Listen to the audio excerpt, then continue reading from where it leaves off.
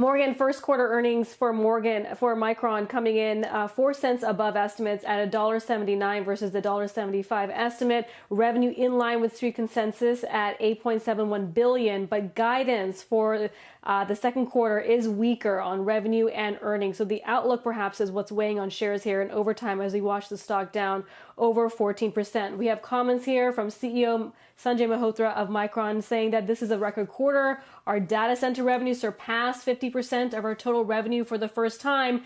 He does allude to the fact that consumer-oriented markets are weaker in the near term and that they anticipate a return to growth in the second half of their fiscal year.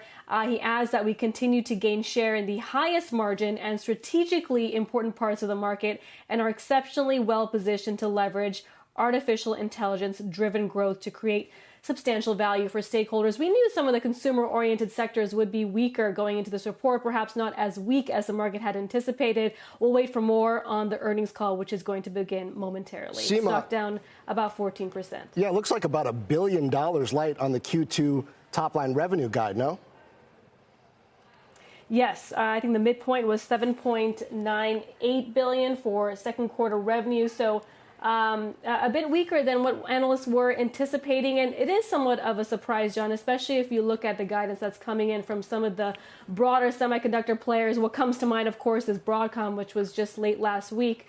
Among others, we know competition has been a source of concern on Wall Street, especially with Micron dealing with two big players like Samsung and SK Hynix over in South Korea. The high memory bandwidth chip space, not necessarily, it's one that is becoming more crowded.